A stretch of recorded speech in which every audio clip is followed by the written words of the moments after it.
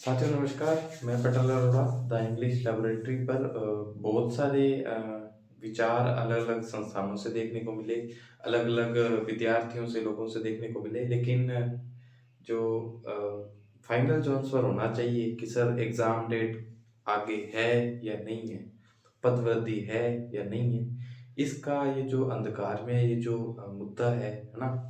इस पर थोड़ा-सा मेरे लिए बोलना ज़रूरी हो जाता है क्योंकि आप लोग पर्सनली बहुत मैसेज करते हो और ग्रुप में भी बहुत पूछते हो, वर्बली भी बहुत पूछते हो, है ना?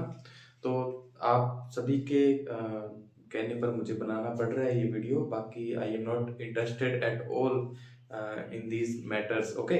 सो सबसे पहली बात तो ये है कि देखो पद बढ़ना तो मैं आपको शुरू से पहले दिन से कह रहा हूँ कि सरकार को पद बढ़ाने पड़ेंगे क्योंकि विद्यार्थियों बहुत हज़ारों की संख्या में पद खाली हैं। अभी नया सेशन शुरू होने वाला है ना और आपने देखा भी था वो जो गाइडलाइन आई थी, तो पद बढ़ने तो हैं ही इसमें। अब सबसे बड़ी समस्या क्या है या समस्या नहीं तो सबसे बड़ा मैटर ऑफ फैक्ट क्या है कि पद एग्ज़ाम से पहले बढ़ेंगे या एग्ज़ाम के बाद बढ़ेंगे? बात इतनी सी है और ये इसी अ, अंतर के बीच में सारा ये जो मुद्दा है ना, ये इसके इर्द-गिर्द घूमता है। जैसे मान लीजिए अगर पद बढ़ते हैं एग्ज़ाम से पहले और 50% से अगर ज़्यादा बढ़ते हैं तो फॉर्म रीओपन करने पड़ते हैं, ठीक है?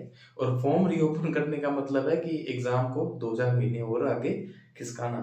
और जहाँ तक आज की स्थिति है, तो वो नेट वाले एक जो बात थी वो जो इसमें थोड़ी-सी कॉर्पोरेट की जो थी चीज़, है ना?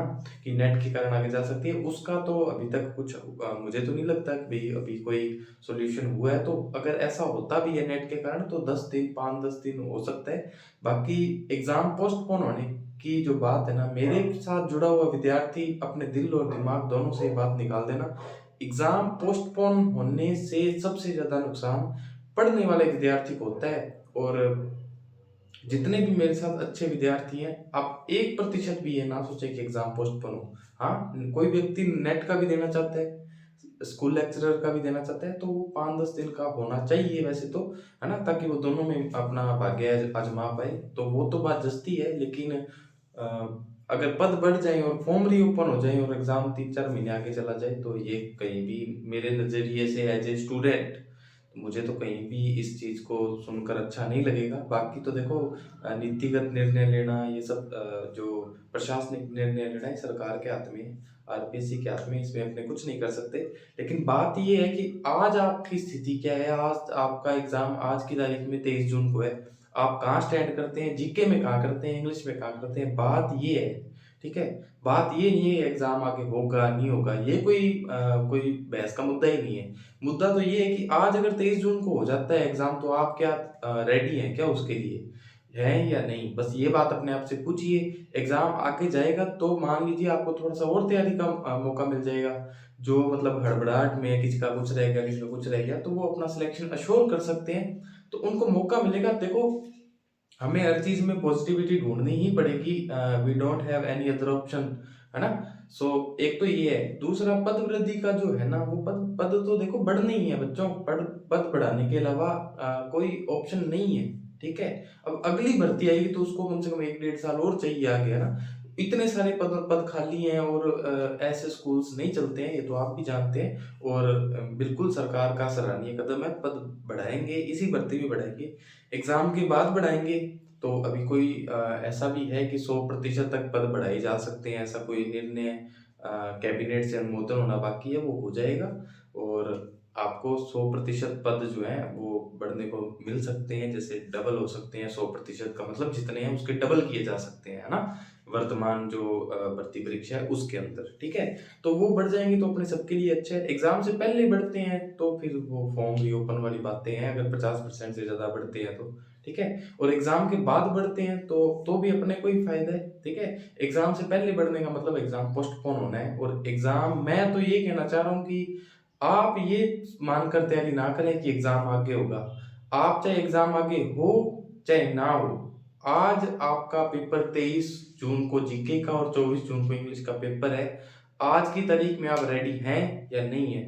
बस इतनी सी बात है। समय ज़्यादा लिया नहीं मैंने, आपका खराब किया नहीं।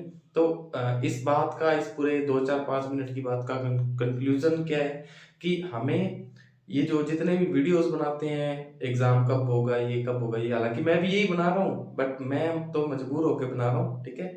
और सभी मजबूर होकर ही बनाते हैं, और कुछ लोग व्यूज वगैरह इन चक्करों में बनाते हैं, तो मुझे तो उसमें कोई इंटरेस्ट नहीं है। लेकिन कहीं ना कहीं क्लैरिफिकेशन होना एक स्टूडेंट के माइंड में जरूरी है, और खास करके एक बेरोजगार अभ्यर्थी के दिमाग में स्पष्टीकरण होना जरूरी है, ठीक है। भटकाव बहुत आते हैं, और जब एक बेरोजगार अभ्यर्थी तैयारी करता है तो फॉर एग्जाम्पल मेरे समय में एक विद्या संबल योजना आई थी, तो सबने फॉर्म अप्लाई किया था, हमने भी किया था, लेकिन वो कहीं ना कहीं हमें समझ में आ गया था। दिसंबर में पेपर था और अक्टूबर में मतलब हम उसके फॉर्म अप्लाई कर रहे थे विद्या संबल योजना के, ठीक है, private as a contractual teachers, ठीक है। उसमें अच्छी खासी सैलरी थी, हालांकि वो बाद में रद्द हो गया था। तो कुल मिला के बात ये है कि ये सब चीजें भटकाने वाली हैं। असफल लोगों की भीड़ ज्यादा होती है, हमेशा ध्यान रखना, ठीक है। हमें भीड़ का हिस्सा नहीं बनना। अगर हमारी तैयारी तैयारी अच्छी है, ठीक भी है ना, तो आने वाले ये जो आज 17 तारीख है, ठीक है, तो 6 और 36 37 दिन आपके पास आज भी पड़े हैं। और अगर आपका सब्जेक्ट ठीक ठाक है, आप फर्स्ट पेपर को बढ़िया कर लेते हो, तो कहीं भी कोई किंतु परंतु ही नहीं है। आप ये मानकर चलें, आप लिटरेचर है तो अच्छी कर लें, ठीक ठाक कर लें लिटरेचर को, ग्रामर, आईसीटी, पेडागोजी, ठीक है। फर्स्ट पेपर में मैथ साइंस इन चीजों पर ध्यान दो, एमसीक्यूज निकालो, और 23 जून के लिए तत्पर रहो। मैं आपको दावे से कहता हूँ, आपको अगर एग्जाम एक दिन भी आगे जाएगा तो भी आप दूसरों से आगे रहोगे, एक महीने जाएगा तो आप दूसरों से और आगे जाओगे, आप रैंकर होगे राजस्थान के आने वाले समय के, ठीक है। तो बहुत जल्दी जल्दी बोलकर, और मेरा समय भी शेड्यूल बहुत बिजी रहता है खुद के पढ़ने में भी, और भी बहुत सारे काम हैं, ठीक है। और आपका जो है तो मुझे वो भी देखना पड़ता है, ठीक है। और ना ही मैं कोई इन्फ्लुएंसर हूँ, ना ही कोई मैं विद्वान हूँ,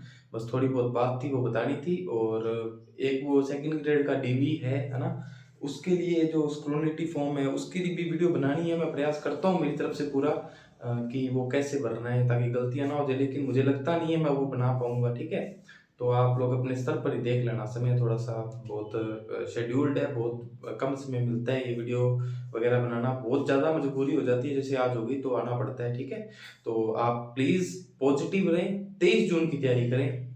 एग्ज़ाम जो नेट के कारण आगे बढ़ती है ना, तो 10 दिन का फर्क हो सकता है, 15 का हो सकता है, इससे ज़्यादा का नहीं होगा। और देखो, अगर आप 3 साल से पढ़ रहे हो, 2 साल से पढ़ रहे हो, 1 साल से पढ़ रहे हो, 6 महीने से पढ़ रहे हो, अगर उसमें भी आप सिलेक्शन नहीं ले सकते तो 10-15 दिन में आप कुछ नहीं कर सकते, ठीक है। इस बात का ध्यान रखें, और खासकर देखो बेरोजगार अभ्यर्थी इस बात का ध्यान रखें, इस दिमाग को स्थिर रखें। ये जो वीडियोस हैं, ये टेलीग्राम ग्रुप चैनल वगैरह जो जो भी है ना, इनको छोड़ दो। अगर मेरा टेलीग्राम ग्रुप, मेरा यूट्यूब चैनल, मेरा कोई भी प्लेटफॉर्म आपका समय बर्बाद करता है ना, तो आप उसको, मेरे वीडियो, मेरी बात सुनने के तुरंत आप उसको डिलीट कर दें, अनसब्सक्राइब कर दें, कुछ भी करें, ठीक है। तो ये सब चीजें देख लेना। Goodbye, thank you, love you.